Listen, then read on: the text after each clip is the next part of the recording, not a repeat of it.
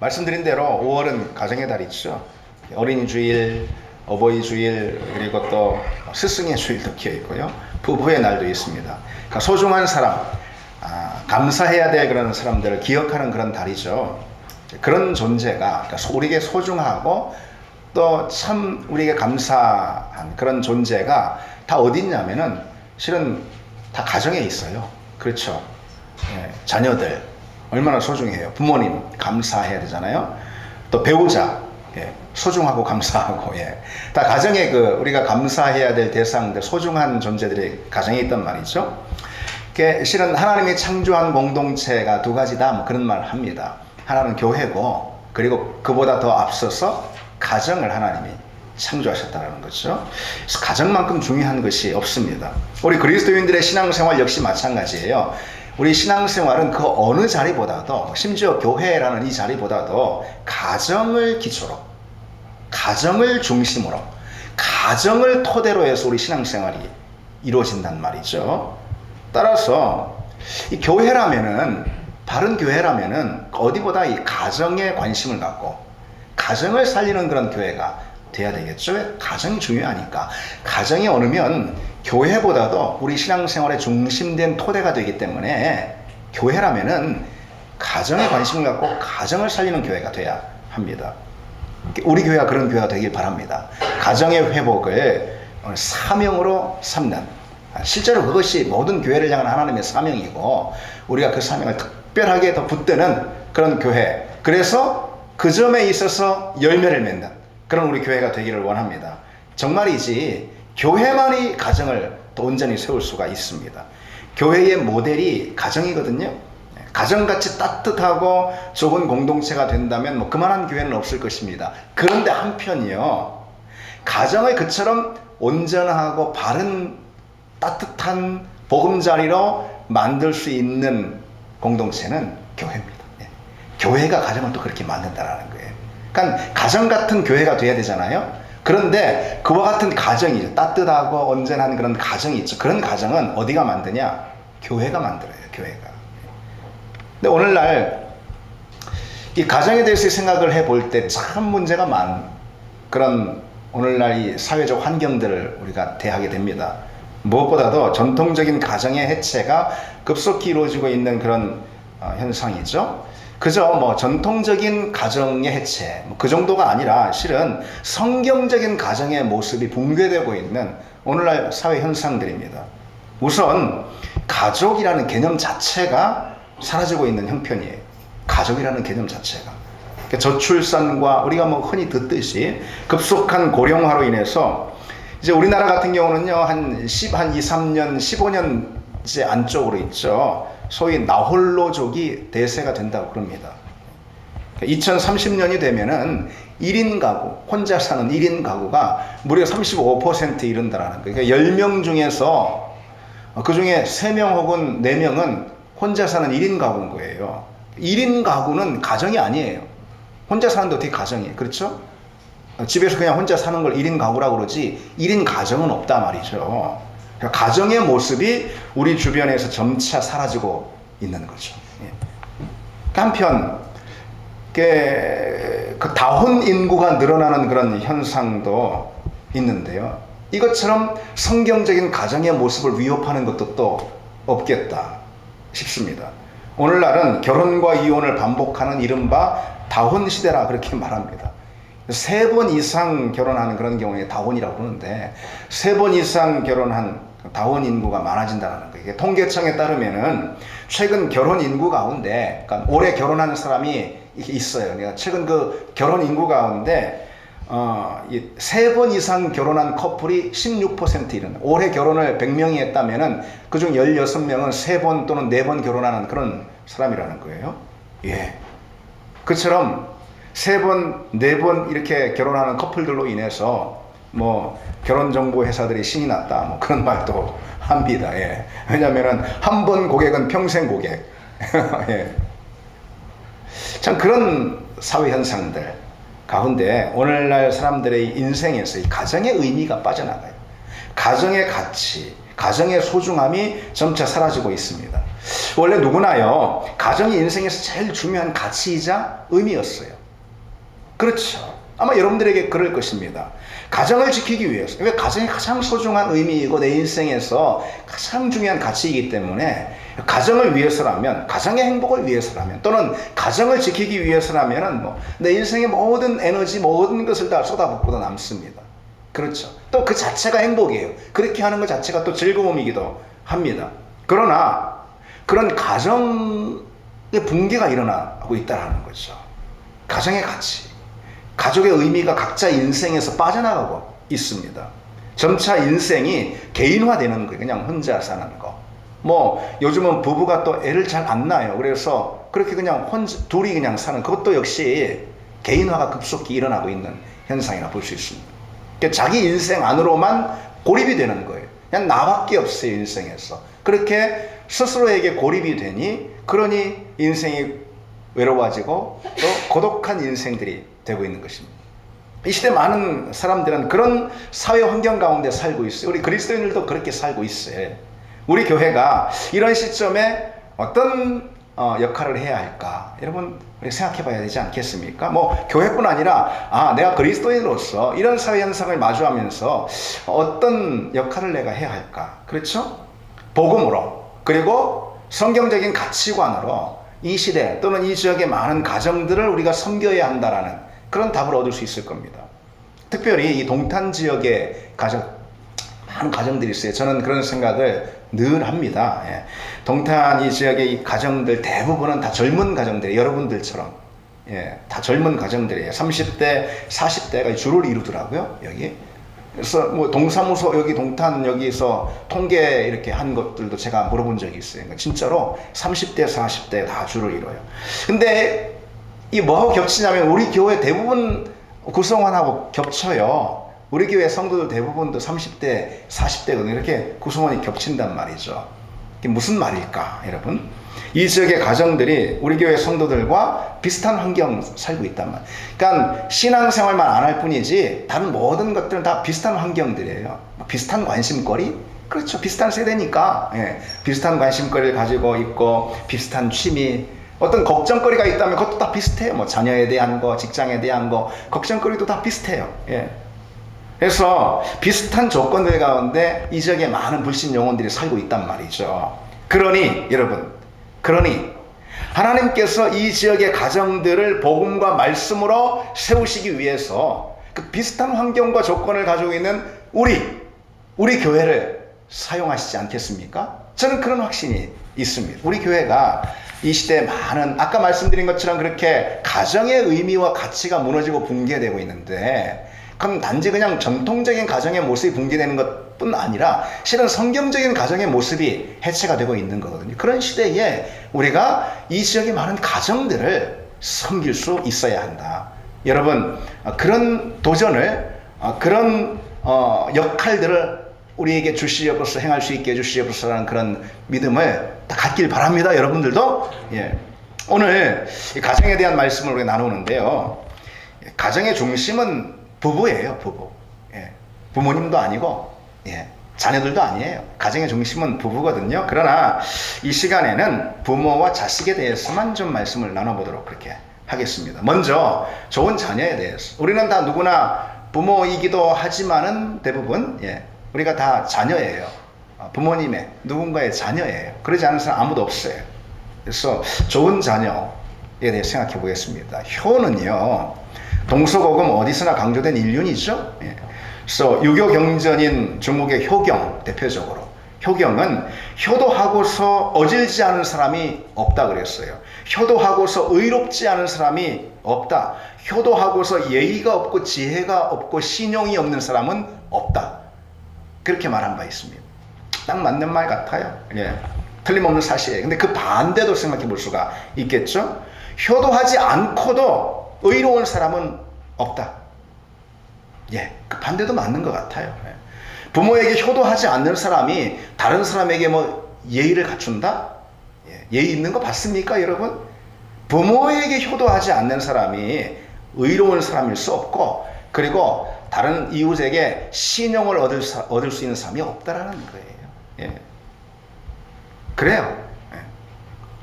가정의 가치가 자꾸 무너지면서 그런데 부모에 대한 효도 역시 무너지고 있는 이런 상황을 맞고 있단 말이죠. 그러니 다른 가치들, 다른 어떤 질서들도 함께 무너지는 것입니다. 왜? 다른 가치와 질서들은 다 부모에 대한 효의 기초에서 생기는 거기 때문에 그렇습니다. 의로움도 또 다른 사람에 대한 예의와 배려 또 신용도 사실 효에 기초하고 있기 때문에 그렇습니다. 근데 이 가정의 가치가 무너지면서 효가 무너지고 있고 다른 모든 것도 함께 무너지는 거죠. 요즘 이 가정법원에서는 이른바 불효 소송이 늘어나고 있다고 그래요. 이게 뭐냐? 나이 든 부모님들이 자녀에게 평생 모은 그 재산을 물려준단 말이죠. 나중에 늙어서. 그리고 자신은 이제 그 이후로 점점 더 이제 뭐 수중에 돈이 떨어져 가고 그러다가 더 늙어가지고 이제는 병이 들어요. 그래서 이제 자식의 도움이 정말 필요하지 않을 수가 없어요. 필요해졌단 말이죠. 그런데 그때 자식들이 다 부모를 외면해버리는 것입니다. 그런 상황에서 막 부모가 화가 나기도 하고 그리고 화나기도 하고 또 절박해. 돈이 아무것도 없으니까. 예. 병든 아내, 병든 남편, 이미 다 고령이 돼가지고선 뭐 거동도 할 수 없는 부부가 서로 그 노 부부가 서로 넌 좀 절박해졌단 말이죠. 그래서 그런 고령의 부모가 자녀들을 대상으로 물려준 재산 돌려달라 그런 소송을 건다라는 것입니다. 이른바 불효소송이에요. 그런 부양료 지급 청구 소송이라고 그러는데 법적으로 이것이 해마다 늘어난다는 거예요. 그러다 보니까 근데 이게 실은 이 법원에서 승소를 못 한다는 거예요. 물려줬는데 어떻게 뭐 불효소송 이런 건 없잖아요, 법적으로. 그러니까 그런 일들이 많다 보니까 변호사들이 그 노 부부에게 이런 제안들을 요즘은 한다라는 거예요. 재산을 물려줄 때 애초부터 부양 조건을 딱 문서로 남겨서 변호사도 도장 딱 찍어서 문서로 남기시라. 예. 효도계약에 이른바 효도계약 그걸 하시라. 그래야 나중에 이런 일이 없습니다. 그래서 요즘 세상이 그런 세상이 됐습니다, 여러분. 예. 오늘 본문에 자녀들아 주 안에서 너희 부모에게 순종하라. 이것이 옳으니라 그랬습니다. 이 본문의 이 말씀은 사실 십계명의 말씀을 반복하는 거거든요. 십계명 여러분 잘 아시죠? 내 부모를 공경하라. 그리하면 내 하나님 여호와가 내게 준 땅에서 내 생명이 길리라 그랬습니다. 내 부모를 공경하라 그랬습니다.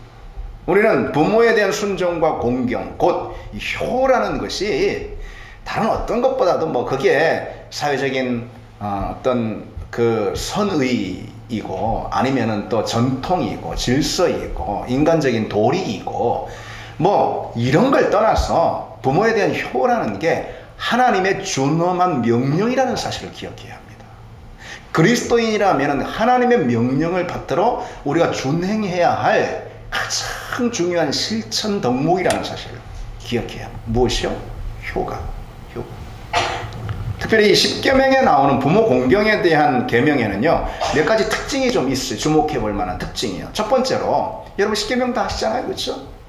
이게 부모 공경에 대한 이 십계명 이 계명이에요. 부모 공경에 대한 계명은 하나님께 대한 네 가지 계명 바로 다음에 나오는 그런 계명이에요. 예, 우리가 잘 알듯이 십계명은 처음 네 계명은 하나님께 대한 계명이고, 그리고 나머지 6계명은 이웃들에 대한 그런 계명이거든요. 하나님께 대한 계명, 사람에게 대한 그런 계명, 이렇게 4개, 6개 나누는데, 근데 하나님께 대한 계명 바로 다음에 이웃에 대한 계명 제일 첫 번째로 뭐가 나오냐? 부모 공경이 나와요. 부모 공경. 그만큼 중요하다, 이런 거 아니겠습니까? 부모 공경은 하나님을 향한 섬긴 다음으로 중요하다, 이것입니다. 그런데 실은 그 실천에 있어서는요, 하나님을 공경하는 만큼 부모를 공경하라고 성경은 말씀하고 있어요. 성경은요, 부모 공경에 대해서 하나님을 경외해야 하는 그런 중요한 의식 가운데 하나인 안식일만큼 중요시 여겨요. 하나님을 경외하는 데 있어서 가장 중요한 어떤 표현은 안식일을 지키는 거거든요, 구약 성경에. 근데 그 안식일과 대등하게 부모 공경을 성경은 말씀하고 있다니까요. 레위기에 보면은 19장에 너희 각 사람은 부모를 경외하고 나의 안식일을 지키라. 나는 너희 하나님 여호와라. 예. 안식일을 지키라 라는 이 말씀이 이 준엄한 명령 앞에 뭘 두고 있냐면요, 너희 부모를 경외하라. 예. 같이 병렬로 놓고 있어요. 그만큼 중요하다. 여러분 잊지 마시기 바랍니다. 또 하나 더 보시면은 십계명에서 이 부모 공경에 대한 이 계명에 대한 특징이 보이는데, 그것은 이 공경이라는 단어를 주목할 필요가 있어요. 공경. 오늘 본문에도 내 아버지 어머니를 공경하라 그랬잖아요.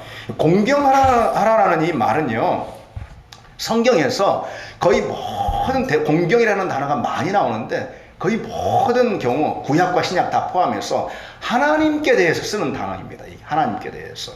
특별히 히브리어로는, 십계명에 나오는 히브리어로는 카베드라는 단어예요. 공경하다. 카베드. 이 카베드는 중히 여기다. 무겁게 여기다. 그런 뜻입니다. 부모를 중히 여기다. 부모의 존재, 부모의 말, 부모와의 관계, 이것을 중히 여기는 그런 태도를 말하는 거예요. 보통 우리가 자식과의 관계를 어떻게 하면, 배우자와의 관계를 어떻게 하면 잘할까, 이거 중히 여긴단 말이죠. 근데 부모와의 관계, 직장 상사나 동료와 관계보다도 중히 여기지 않아요. 가볍게 여기는 경우가 많습니다. 부모의 존재, 부모의 말, 이것도 마찬가지 아닐까 싶습니다. 부모를 중히 여기는 태도, 이것은 특별히 존경하고 높여드리는 것입니다. 그래서 성경에서 하나님께 대해서만 쓰는 이 단어 카베드, 중히 여기는 거, 높여드리는 것이죠. 존중해드리는 거, 이거를 부모에게 쓰고 있습니다.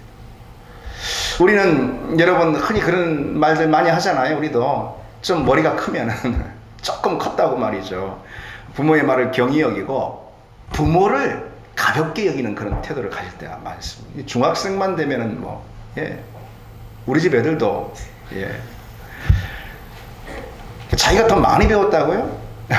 부모를 우습게 여기는 그런 경우가 있습니다.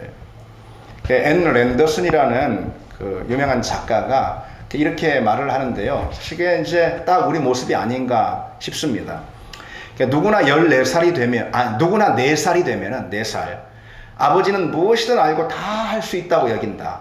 예, 우리 교회로 보면 저 이제 잠옷실에 앉아 있는 아이들 있잖아요. 그 정도 때는 아버지 하면은 아버지가 그냥 다 알아. 아버지 모르는 게 없어. 아버지는 못하는 게 없어. 이렇게 생각한다는 거죠.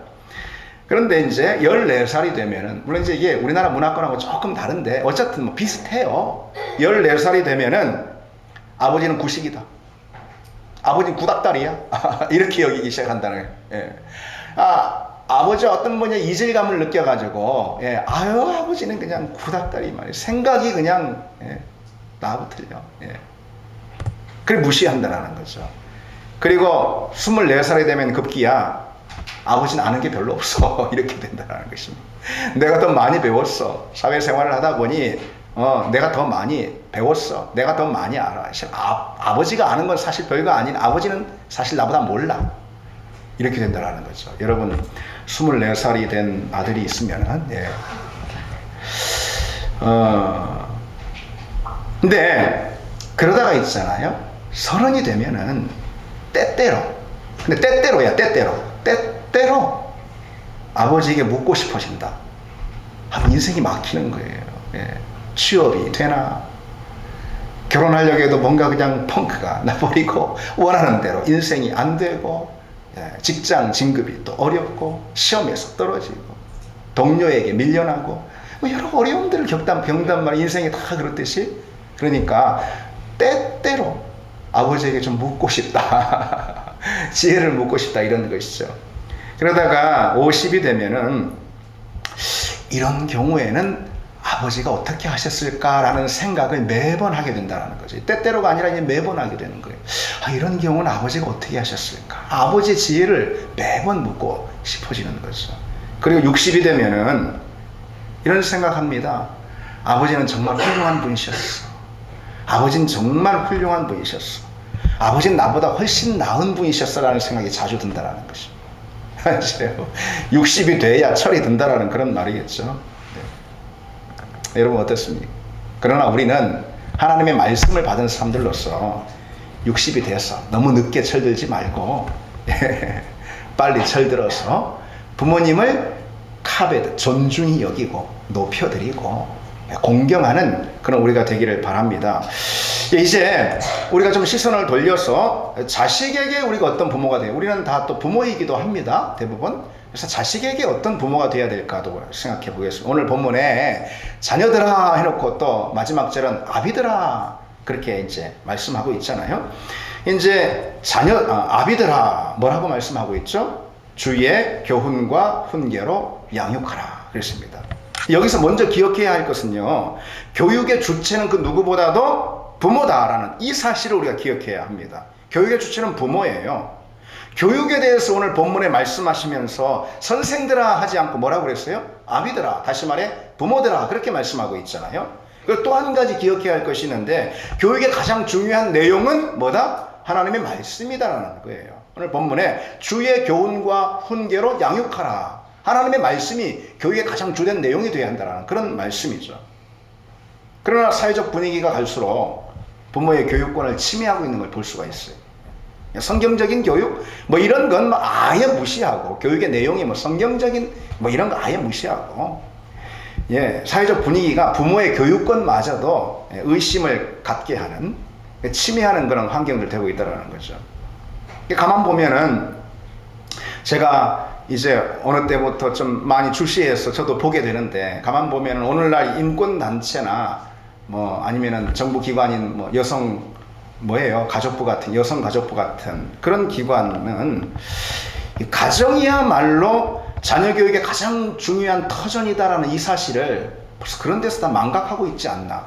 인권단체 무슨 여성가족부 이런 데서부터 그 사실을 망각하고 있지 않나라는 의문이 듭니다. 최근에 이런 신문 기사를 봤어요. 한 학부모 단체가 일부 중학교 3학년들이 사용하는 그런 사회 교과서 있어요. 그 사회 교과서에 대해서 법원에 사용중지 가처분 신청을 냈다라는 그런 기사를 봤습니다.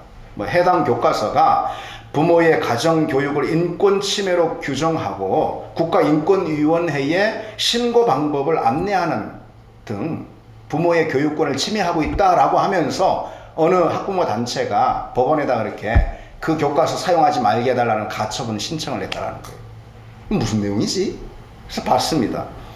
해당 교과서는 인권 문제를 이렇게 전반적으로 다루면서 가정에서 생길 수 있는 인권 침해에 대해서 이렇게 소개를 했다라는 거예요. 가정에서도 뭐 인권 침해가 있을 수 있고, 그렇죠.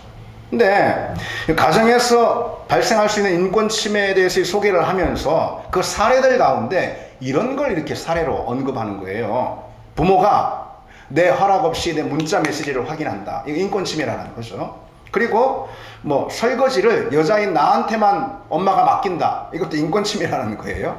뭐 그래, 그럴 수도 있지. 뭐 자꾸 그런 일이 있고 하면은 또 뭐 그것도 잘된 건 아니니까. 그런데 이게 문제는 이게 뭐라고 말을 하냐면은, 그런 경우에 어떻게 해야 되느냐, 행동 요령을 말하는데, 이를 해결하기 위한 방안으로 국가인권위원회에 제소하라.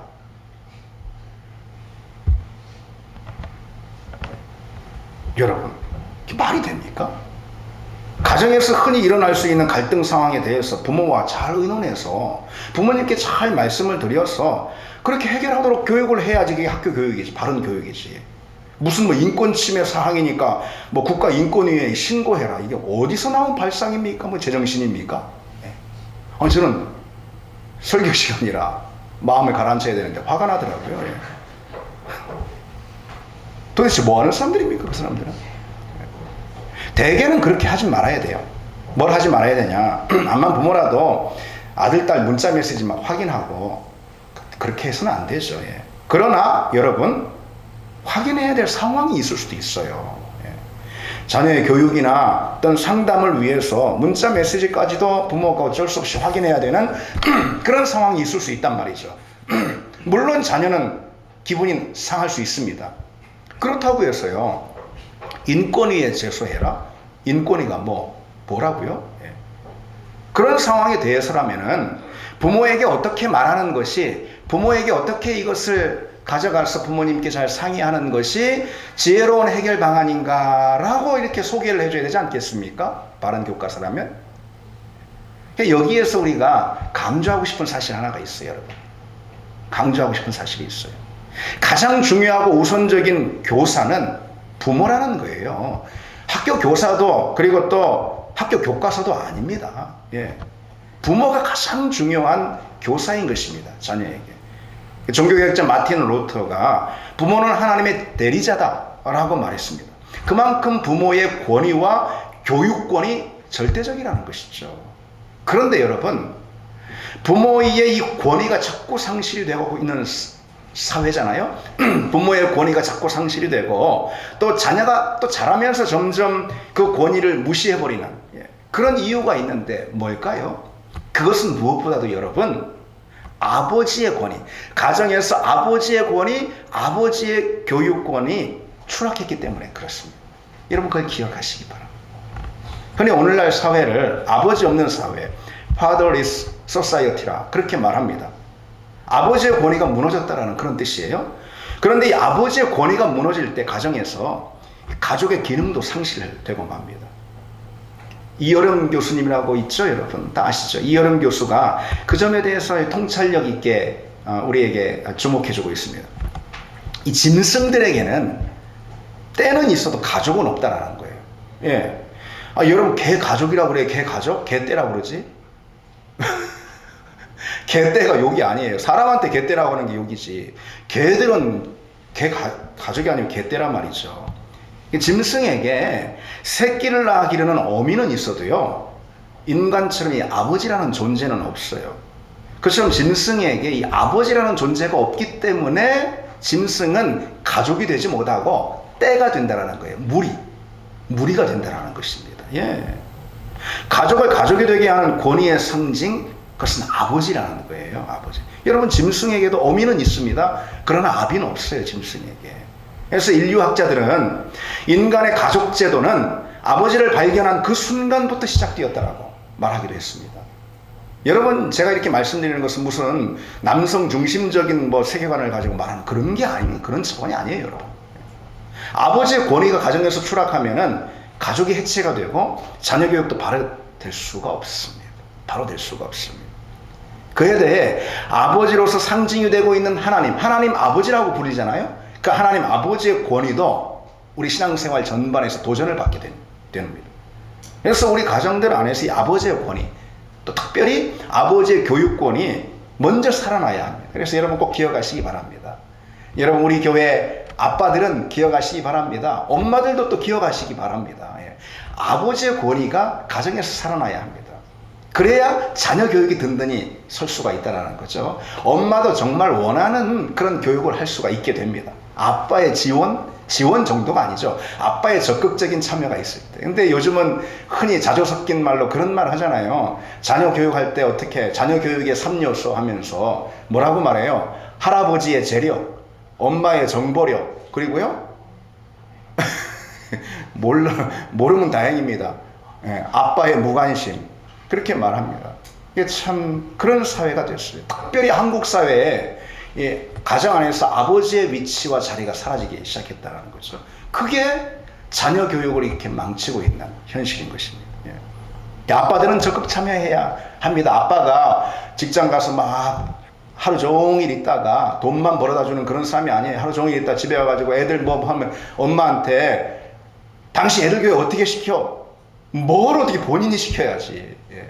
아빠가 같이 시켜야 하는 것입니다. 죄송하지만 저도 그런 말 가끔 했지만 예, 그게 아닙니다. 아빠가 해요. 아빠가 해요. 엄마들은 자녀 교육의 자리에서 아빠의 자리를 자꾸 만들어줘야 합니다. 그리고 아빠는 적극 참여해야 합니다. 그것이 자녀를 바로 교육할 수 있는 출발점이라는 것이죠. 그러면 여러분 자녀 교육에 대해서 우리가 그럼 뭘 교육해야 되는가? 이것도 필요하잖아요. 자녀 교육에 있어서 중요한 참여자는 물론 엄마인 건 다 잘 알아요. 아빠도 참여해야 한다는 거예요. 그런데 그럼 뭘 교육해야 되느냐? 그건 한마디로 말해서 하나님 말씀이에요. 예. 부모는 자녀에게 오늘 본문의 말씀처럼 주의 교훈을 가르쳐야 돼요. 주의 교훈. 그것이 자녀 교육의 핵심인 것입니다. 다시 말해서 신앙교육부터 철저히 시켜야 된다. 그런 거예요. 여러분 이 대목 이제 들으면서 아이고 목사니까 그런 말 하지만 세상 물정을 몰라. 여러분 그렇게 들으시는 거 아니죠? 예. 여기 그런 분 안 계시죠? 예. 그게 자녀들에게 행할 마땅한 교육의 잠언서에 보면은 마땅히 행할 길을 아이에게 가르치라 그랬습니다. 여러분, 자녀에게 뭘 가르쳐야 됩니까? 자녀가 원하는 걸 가르치는 게 아니에요. 자녀가 뭘 원하지 그걸 가르치는 게 아니에요. 우선적으로 뭐 그것도 중요하긴 하겠지만은 그게 아닙니다. 아니면은 부모인 내가 뭘 원하지 자녀에게 그걸 가르치는 것도 아니에요. 뭘 가르쳐요? 마땅히 행할 바를 가르치는 것이 마땅히 행할 바. 그것이 무엇입니까? 하나님의 말씀이죠. 하나님의 말씀. 서양의 현대 교육 아버지라고 불리는 존 두이라고 있습니다. 존 두이. 이 사람은 행함으로 배운다. 그렇게 말한 바 있어요. 이게 무슨 말이냐면, 이 말로 다 함축하고 있는데, 이게 무슨 말이냐면은 학습자가 스스로 행하고 경험함으로 배운다. 뭔가를 배울 때. 그런 뜻이에요. 그래서 뭐 우리가 흔히 듣던 자기주도 학습, 거기서 나온 말이거든요. 뭐 그 말에 태클을 걸려고 하는 건 아닙니다. 그러니까 부모나 교사나 그 아이에게 있는 잠재력을 그냥 꺼내주기만 하면 되지. 잠재력이 다 안에 있어. 그냥 꺼내주기만 하면 되는 거야. 뭔가 주입하려고 하지 마. 그런 뜻입니다. 그러나 그처럼 자녀가 스스로 뭔가 주도해서 자기주도적으로 뭔가 학습한다. 자녀가 스스로 배운다. 경험하면서 이런 생각의 이면, 그런 교육 철학의 이면에는 뭐가 있냐면요. 타락한 본성을 지적하고 있는 성경의 가르침을 무시하는 사고가 깊이 배어 있어요. 자녀가 원하는 바를 가르치려고 하는, 이거는 자녀가 원하는 바를. 자녀가 꿈꾸는 바를 가르쳐 그 잠재력을 꺼내주려고 하는 거죠. 그러나 성경은 그 잠재력의 본성 그 자체 안에 뭐가 있다고요? 타락한 인간 본성이 들어있다는 것입니다. 그래서 성경은 자녀가 뭔가 주도적으로 행함으로 뭘 배우는 게 아니에요. 성경의 교육은 행함으로 배운다가 아니라 뭘까요? 들음으로 배운다는 것입니다. 같이 해봅시다. 들음으로 배운다. 그게 성경의 교육 원리입니다. 부모의 훈계, 하나님의 말씀, 그것을 들어야, 자꾸 반복해서 들어야 자녀는 바로 서게 됩니다. 여러분, 유명한 말씀 우리 같이 한번 읽어봅시다. 신명기 6장 말씀인데요. 우리 같이 또박또박 읽어봅시다. 시작. 이스라엘아 들으라. 우리 하나님 여호와는 오직 유일한 여호와이시니 너는 마음을 다하고 뜻을 다하고 힘을 다하여 네 하나님 여호와를 사랑하라. 오늘 내가 네게 명하는 이 말씀을 너는 마음에 새기고 내 자녀에게 부지런히 가르치며 집에 앉았을 때든지 길을 갈 때든지 누워있을 때든지 일어날 때든지 이 말씀을 강론할 것이라 그랬습니다. 예, 하나님을 사랑하고 하나님을 섬기는 것이 자녀 교육의 가장 중요한 내용이 되어야 한다는 거죠. 그것을 반복해서 길을 갈 때든 앉았을 때든 언제든 자녀에게 그것을 상기시켜 줘야 합니다. 부모된 우리는 그렇게 하고 있는가, 여러분? 특별히 그리스도인으로서 부모된 우리가 그렇게 하고 있는가? 신앙교육을 우선으로 삼고 있느냐? 한마디로 그런 질문입니다. 여러분 그렇습니까? 얼마 전 제 아내가 막 걱정을 태산같이 하는 것을 이제 제가 들었습니다. 이게 중학생인 우리 큰애가 그 봉사 시간을 채워야 되는 거예요. 요즘 뭐 학교 법상 뭐 그렇게 돼 있나 봐요. 봉사 시간 몇십 시간 이런 걸 채워야 되나 봐요. 근데 봉사 활동을 제대로 수행할 수 없는 그런 형편인 거예요. 뭐 학교 가지 뭐 하지 뭐 하니 잘 그 시간에 맞춰서 봉사 시간을 제대로 이렇게 채울 수가 없는 거예요. 자기 시간에 맞춰서.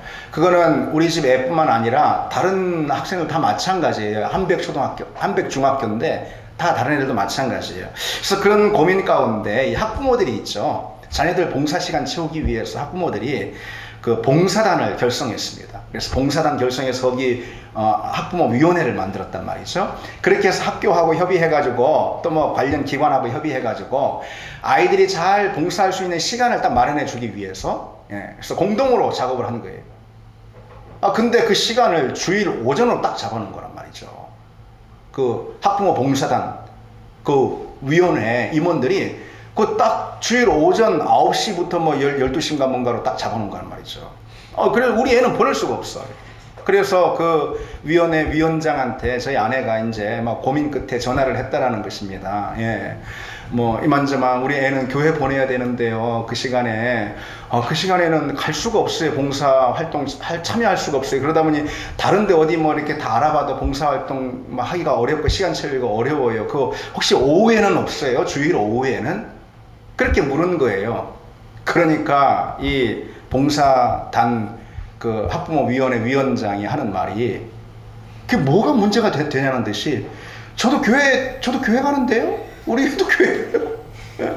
여기 우리 위원회 임원 중에 교회 가는 애들이 부모들이 많은데요. 근데 한 번도 주일 오전에 이 봉사 시간 이거를 정했다고 누구도 이의를 제기하는 사람 아무도 없던데요. 예, 그런 현실이에요. 그런 현실. 거기 예수 믿는 사람들, 교회 다니는 사람들, 애들 교회 보내는 엄마들이 많아요. 그런데도 주일 오전에 그 봉사활동 시간을 딱 정해도, 공동으로 정하는 딱 정해도 누구도 이의를 제기하는 사람이 없어요. 오후로 좀 하면 안 됩니까? 라고 말할 사람 아무도 없어요. 그냥 보내면 돼. 교회 빼고. 예. 교회 빼고 보내면 되지 뭐. 그런 생각이죠.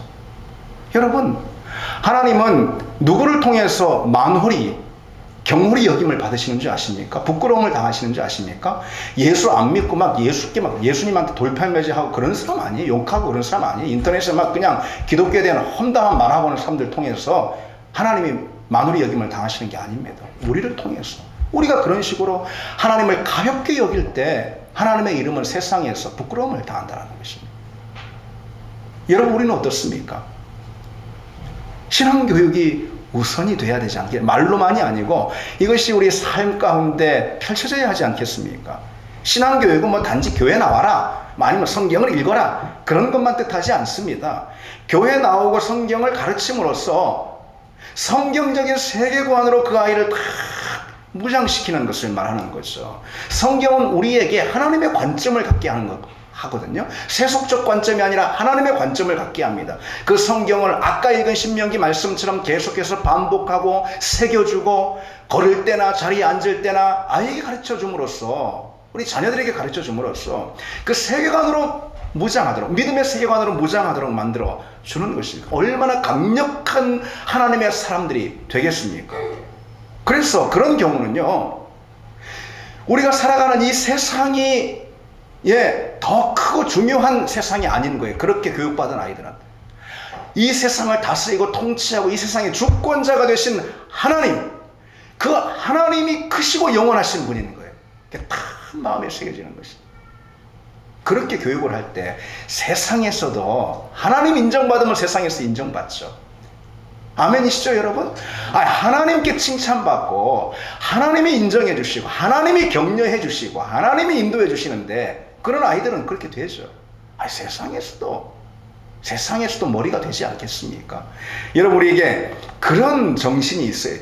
그래야지 아이를 잘 말씀으로 교육할 수가 있는 것입니다. 신앙교육을 하려면요, 부모는 먼저 어떤 것보다도요, 내가 우리 아이에게 남겨줄 가장 위대한 유산은 다른 게 아니다. 학벌도 아니고 재산도 아니다. 바로 신앙이다, 믿음이다. 이런 정신이 부모에게 먼저 있어야 합니다. 여러분, 그런 정신을 갖길 바랍니다.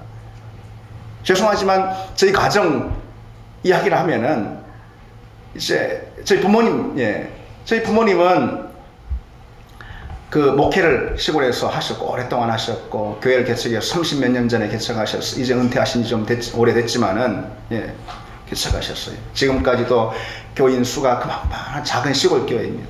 그래서 저희들한테 사남매인데 남겨주실 유산이 없습니다. 물론 아버지께서 원래가 아무것도 없는 빈털터리는 아니에요. 아버지 열심히 일하셔서 돈을 모으셔서 교회를 개척하셨어요. 그리고요, 거기가 비록 대전이에요. 그래도 시골이긴 하지만은 1000평이 넘는 땅 다 갖고 계세요.